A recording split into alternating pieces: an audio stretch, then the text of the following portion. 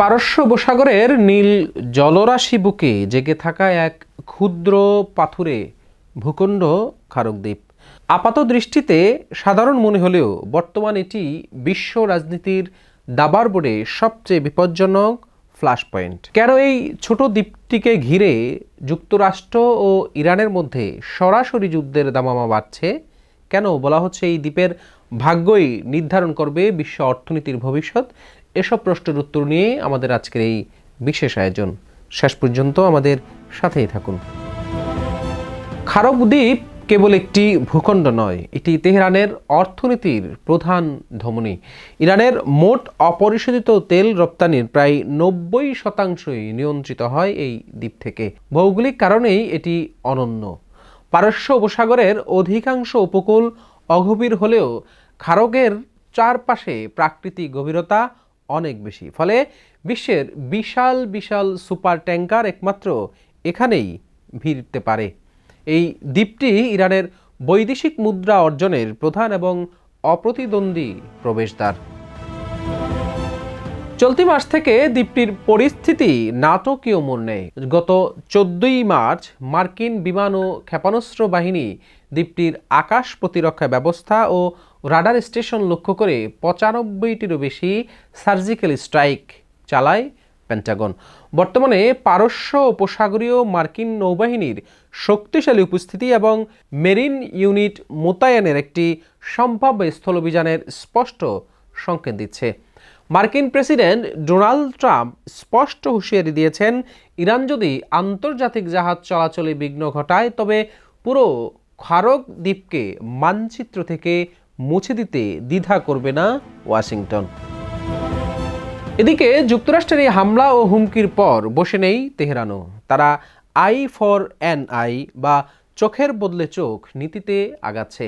Iran পাল্টা হুঁশিয়ারি দিয়ে বলছে, খারক দ্বীপে আঘাত মানেই পুরো অঞ্চলের মার্কিন তেল স্থাপনগুলোর সলিল সমাধি হবে। ইরান স্পষ্ট করে দিয়েছে, তাদের এই অর্থনৈতিক লাইফলাইন ক্ষতিগ্রস্ত হলে তারা সৌদি আরব ও সংযুক্ত আরব আমিরাতের মতো প্রতিবেশী দেশগুলোর তেল ক্ষেত্রগুলোকেও বৈধ লক্ষ্যবস্তু হিসেবে গণ্য করবে। ড্রোন ও নিখুঁত মিসাইল প্রযুক্তির মাধ্যমে ইরান এক অসম যুদ্ধের ছক কষছে, যা মুহূর্তের মধ্যে পুরো মধ্যপ্রাচ্যের জ্বালানি অবকাঠামোকে ধ্বংস করে দিতে পারে। খারক দ্বীপের এই লড়াই কেবল দুই দেশের শক্তিমত্তার পরীক্ষা নয়, বরং এটি বৈশ্বিক অর্থনীতির এক বড় ঝড়ের পূর্বাভাস। এই উত্তেজনার প্রভাব বিশ্ববাজারে তেলের দাম ইতিমধ্যেই $100 সীমা অতিক্রম করেছে। বিশ্লেষকদের মতে সংঘাত দীর্ঘস্থায়ী হলে তেলের দাম ব্যারেল প্রতি $150 পৌঁছে যেতে পারে।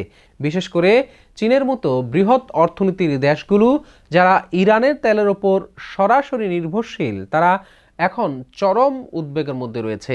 এই দ্বীপের অবরোধ মানেই বৈশ্বিক সাপ্লাই চেইন ভেঙে পড়া এবং একবিংশ শতাব্দীর বৃহত্তম অর্থনৈতিক মন্দার সূচনা।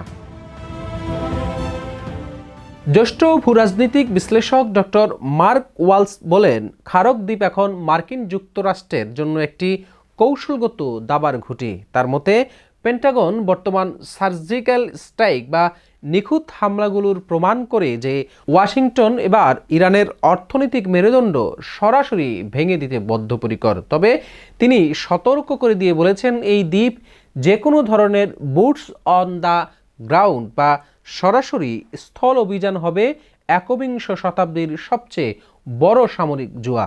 কারণ এর ফলে ইরান তাদের কামিকাজে ড্রোন বা মিসাইল প্রযুক্তির মাধ্যমে পুরো মধ্যপ্রাচ্যে ছড়িয়ে থাকা মার্কিন মিত্রদের জ্বালানি স্থাপনাগুলোতে মুহূর্তেই ধ্বংস করে দিতে পারে, যা একটি নিয়ন্ত্রণহীন আঞ্চলিক যুদ্ধের সূত্রপাত ঘটবে। অন্যদিকে জ্বালানি অর্থনীতিবিদ ও এশিয়া প্যাসিফিক বিশেষজ্ঞ লি জিয়াংয়ের বিশ্লেষণ, খারক দ্বীপের বর্তমান অচলাবস্থা কেবল তেহরান বা ওয়াশিংটনের সমস্যা নয়, বরং এটি এশিয়ার অর্থনীতির জন্য একটি টাইম বোমা। বিশেষ করে চীন এবং ভারতের মতো দেশগুলো, যারা এই দ্বীপ থেকে আসা তেলের উপর সরাসরি নির্ভরশীল, তারা এখন বড় ধরনের জ্বালানি নিরাপত্তাহীনতার মুখে পড়েছে। যদি তেলের দাম ব্যারেল প্রতি $100 উপরে দীর্ঘস্থায়ী হয়, তবে বিশ্বজুড়ে যে মুদ্রাস্ফীতি দেখা দিবে তা অনেক উন্নয়নশীল দেশকে দেউলিয়া করে দিতে পারে। তার মতে খারক দ্বীপের কার্যক্রম সামান্য ব্যাহত হওয়া মানেই বিশ্ব জ্বালানির মানচিত্রে এক অপূরণীয় ক্ষতি। প্রিয় দর্শক, আমেরিকা কি ইরানের এই অর্থনৈতিক হৃৎপিণ্ড দখল করতে পারবে? এবং খারক দ্বীপের এই সংঘাত কি শেষ পর্যন্ত বিশ্বযুদ্ধে রূপ নিতে পারে? আপনার মূল্যবান মতামত আমাদেরকে জানান। আজকে পর্যন্তই। আল্লাহ হাফেজ। ইউএফটি ফার্স্টের সাথে ট্রেড করুন যে কোনো জায়গা থেকে। ক্যাম্পাসে ক্লাসের ফাঁকে, ঢাকার জ্যামে বসে কিংবা ঘরে বসে ট্রেডিং এখন হাতের মুঠোয়। তাই ট্রেড করুন যখন খুশি, যেখানে খুশি।